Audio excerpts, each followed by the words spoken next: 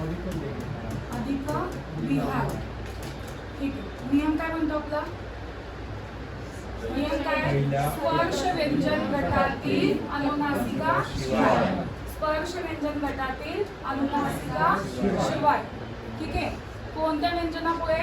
कठोर व्यंजनामुळे. कोणत्या व्यंजनामुळे? कठोर व्यंजनामुळे. काय आले असता? काय आले असता? एकदम मृदू व्यंजन किंवा स्वर. मृदू व्यंजन किंवा स्वर. मृदू व्यंजन आले असता किंवा स्वर आले असता. इथं काय आलेलं आहे? ब. ब काय आहे? मृदू व्यंजन. ब काय आहे? मृदू व्यंजन आले असता त्याच्या जागी, कोणाच्या जागी? या क च्या जागी. कोणाच्या जागी? या क च्या जागी त्याच वर्गातील कोणते व्यंजन येऊन संधी होते? तिसरे. बघा कोणता क वर्ग कोणता आहे? हा. याच्यातला पहिला वर्ण कोणता आहे? क. दुसरा ख. तिसरा ग. क चा काय होईल? ग होईल. क चा काय होईल? ग होईल. म्हणजे याची संधी काय होईल? काय होणार? वाघ विहार. आलं लक्षात? सेकंड उदाहरण काय बघितलं आपण? वाक अधिक ईश. बरोबर. काय होईल याची संधी? कसं होईल? क चा काय होईल? ग होईल. काय होईल? क चा ग होईल. बाकी संधी होईल. त्याच्यानंतर काय बघितलं आपण? षट अधिक रिपू. षट अधिक रिपू. षट अधिक रिपू. ठीक आहे. बघा स्पर्श व्यंजन गटातील कठोर व्यंजनापुढे, कठोर व्यंजन आहे ना आपला, कठोर व्यंजनापुढे काय आले असता? मृदू व्यंजन किंवा स्वर. र काय आहे? मृदू व्यंजन आहे. य र ल व यांचा समावेश कशात होतो? मृदू व्यंजनात होतो. मृदू व्यंजन आले असता या ट च्या जागी, या ट च्या जागी त्याच वर्गातील कोणते व्यंजन येऊन संधी होईल? तिसरे. म्हणजे ट चा काय होईल? ड होईल. ट चा काय होईल? ड होईल. म्हणजे याची संधी काय होणार? षड्रिपू. काय होणार? षड्रिपू. आलं का लक्षात? ठीक आहे. त्याच्यानंतर अर्धस्वर पण म्हणतात आणि अर्धस्वरांचा समावेश कशात होतो? मृदू व्यंजनामध्ये पण होतो. अर्धस्वरांचा समावेश मृदू व्यंजनामध्ये पण होतो. आपण बघितलं ना? ठीक आहे. य र ल व एकूण मृदू व्यंजनांची संख्या किती आहे? 21. एकूण कठोर व्यंजनांची संख्या किती आहे? 13. येतं लक्षात? ठीक आहे.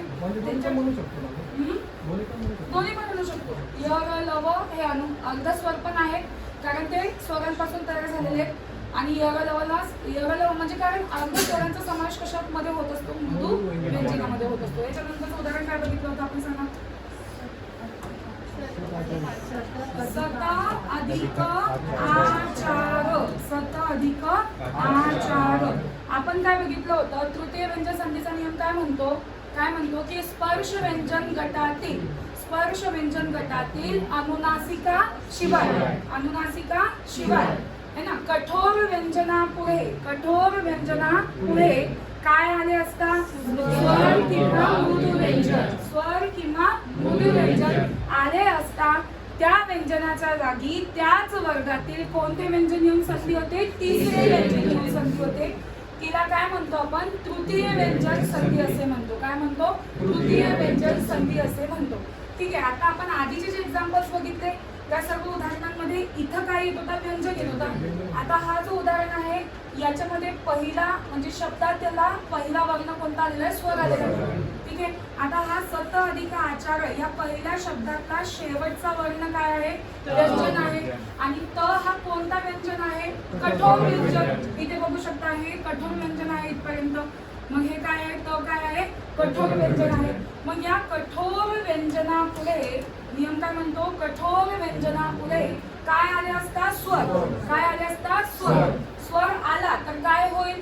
काय होईल? या त च्या जागी काय येईल? तिसरे व्यंजन येईल. त च्या जागी कोणते व्यंजन येईल? तिसरे व्यंजन येईल. बघा हा त आहे, हा त चा गट आहे. हा पहिला व्यंजन त, दुसरा व्यंजन थ आणि तिसरा व्यंजन द. म्हणजे त चा काय होईल? इथं द होईल. त चा काय होईल? द होईल. त चा द होईल. हा काय आलेला आहे? इथं स्वर आलेला आहे. त चा काय होईल? द होईल. मग त चा द झाला तर संधी कशी होणार? सदाचार. काय होणार? सदाचार. कारण या द मध्ये हा शेवटचा स्वर मिसळून द अधिक आ बरोबर काय म्हणतो दा आणि हा चार शब्द जसाचा तसा आणि हा स शब्द जसाचा तसा म्हणजे काय होती सदाचार. आलं तर लक्षात. ठीक आहे. याच्यानंतरचं उदाहरण काय बघितलं होतं आपण सच्चित प्लस आनंद. त्याचा सुद्धा काय होईल सच्चिदानंद कारण त चा काय होतो द त चा काय होतो द. याच्यानंतर काय बघितलं आपण भगवत अधिक कोणते उदाहरण दिलं मी त्याच्या आधी तुम्हाला याच्यानंतर तुम्हाला भगवत अधिक भक्ती भगवत अधिक भक्ती. लक्ष द्या.